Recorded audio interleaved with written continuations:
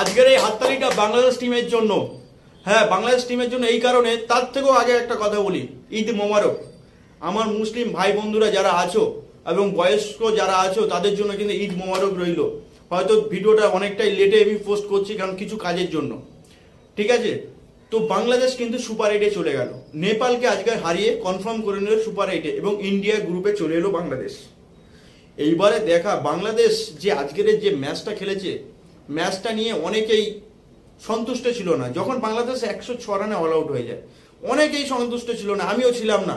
Seriously বাংলাদেশের মতন একটা ব্যাটিং টিম যেখানে কে নেই, শান্ত আছে, লিটন দাস আছে, তোমার সাকিবুল হাসান আছে, মেহমুদুল্লাহ রিয়াদ আছে, এরকম এরকম তাবর তাবর ব্যাটিং, তো এই হৃদয় আছে, সেখানে বাংলাদেশ 106 রান। কিন্তু বাংলাদেশের, আমি আগেও বলেছি, বাংলাদেশের ব্যাটিং এর থেকে বোলিং এর কদরটা অনেকটাই বেশি এবং বোলিং এর মানটা অনেকটাই ভালো, যার জন্য নেপালকে 85 রানে বাংলাদেশ অল আউট করে যায়।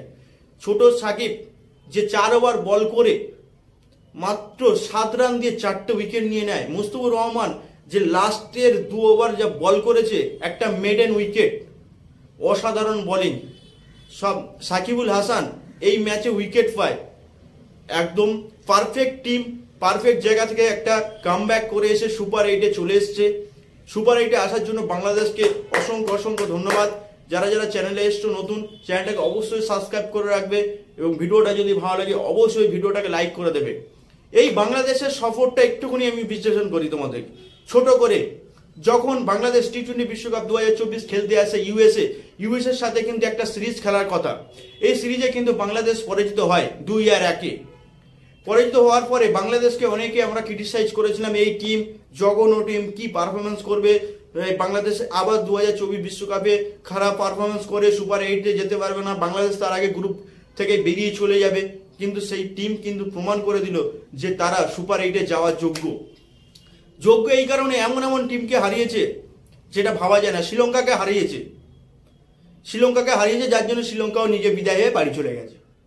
তাই বাংলাদেশ এত সুন্দর একটা কামব্যাক করে এসে টিম এত সুন্দরভাবে খেলা, হয়তো শান্ত রান পাচ্ছে না কিন্তু টিমটাকে এত সুন্দরভাবে পরিচালনা করেছে যা বাংলাদেশ টিম সুপার 8-এ চলে এলো।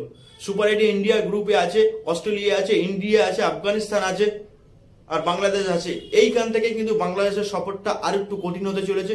যদি এই টেম্পারমেন্ট নিয়ে বাংলাদেশ খেলতে পারে, আমি আশা করি সুপার 8 থেকে সেমিফাইনালে অবশ্যই পৌঁছাবে এবং বাংলাদেশের জন্য আবার একটা তালি। ভিডিওটা যদি ভালো লাগে অবশ্যই চ্যানেলটাকে সাবস্ক্রাইব করবে, লাইক করবে, কমেন্ট করবে, শেয়ার করতে অবশ্যই ভুলবে না। দেখা হচ্ছে নেক্সট ভিডিওতে।